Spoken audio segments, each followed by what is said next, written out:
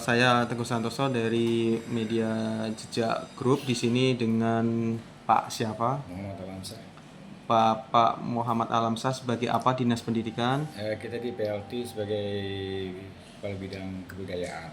Kalau yang kontaknya ke sini gitu. Sementara definitif kami adalah di kepala bidang pembinaan pengelolaan pendidikan sekolah menengah pertama.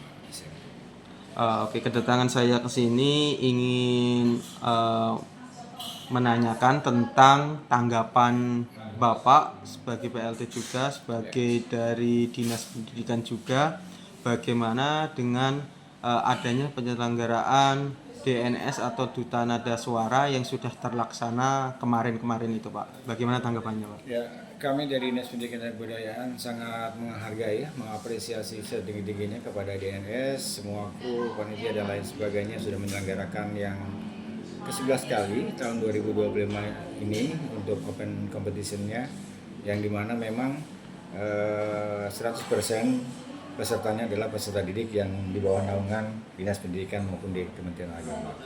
Nah, kami mengapresiasi kenapa? Karena hampir dari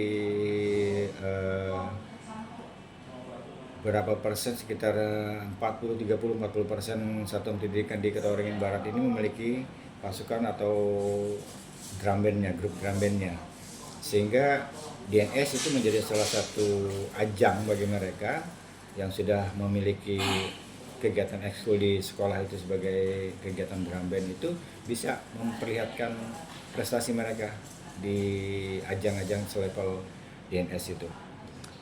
Benar, Pak, ya, kalau tanggapan bahwa dana yang mereka gunakan itu dari komunitas sendiri, tidak ada sangkut pautannya dengan Pemda atau Dinas Pendidikan, ya? Ya, betul sekali. Itu tadi yang apresiasi kami yang kedua juga, karena dari teman-teman DNS mau peduli gitu kan terhadap ekskul yang ada di satuan pendidikan dan menyelenggarakan program atau kegiatan seperti itu tanpa memang dapat backup dari pemerintah daerah, kecuali memang beberapa hal termasuk misalnya penyiapan infrastruktur, mempermudah perizinan, memberikan koordinasi, melakukan koordinasi terhadap jadwal yang ada di satuan pendidikan, memberikan dispensasi untuk satuan pendidikan mengikuti. Hanya sebatas itu. Jadi kalau dibiarkan kata pendanaan memang dari pemerintah daerah, baik itu melalui Dinas Pendidikan, terutama sekali di Dinas Pendidikan belum. Aslinya sebenarnya dari komunitas DNS itu dibolehkan mengajukan dana untuk kegiatan atau tidak, Pak? Sebenarnya dibolehkan, Pak, ya? Pada dasarnya dibolehkan. Tapi entah kenapa strategi mereka hari ini memang masih menjalankannya dengan pola swadana nih, dengan swadaya juga gitu kan. Jadi pada dasarnya pemerintah daerah itu selama mereka membuat kelompok yang berbadan hukum, gitu ya, berbadan hukum, entah itu dengan notaris, akta pendirian dari notaris dan lain sebagainya, pada dasarnya mereka bisa mengajukan RKPD, Pak, yang biasanya ya, itu. kegiatan-kegiatan. Oke, harapan Bapak untuk sekolah-sekolah yang sudah mengikuti gimana, Pak?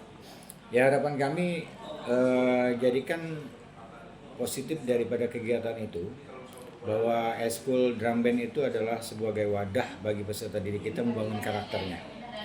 Itu yang paling penting, jadi paling poinnya. Karena kita tahu sendiri bahwa di drum band itu kedisiplinan nomor satu, gitu kan. Kemudian kerjasama nomor satu. Jadi kekompakan itu menjadi satu poin yang paling kuat harus dimiliki oleh peserta didik. Permasalahan kemudian di dalam event, dalam apa segala macam itu mereka dapat juara, itu hanya bonus saja.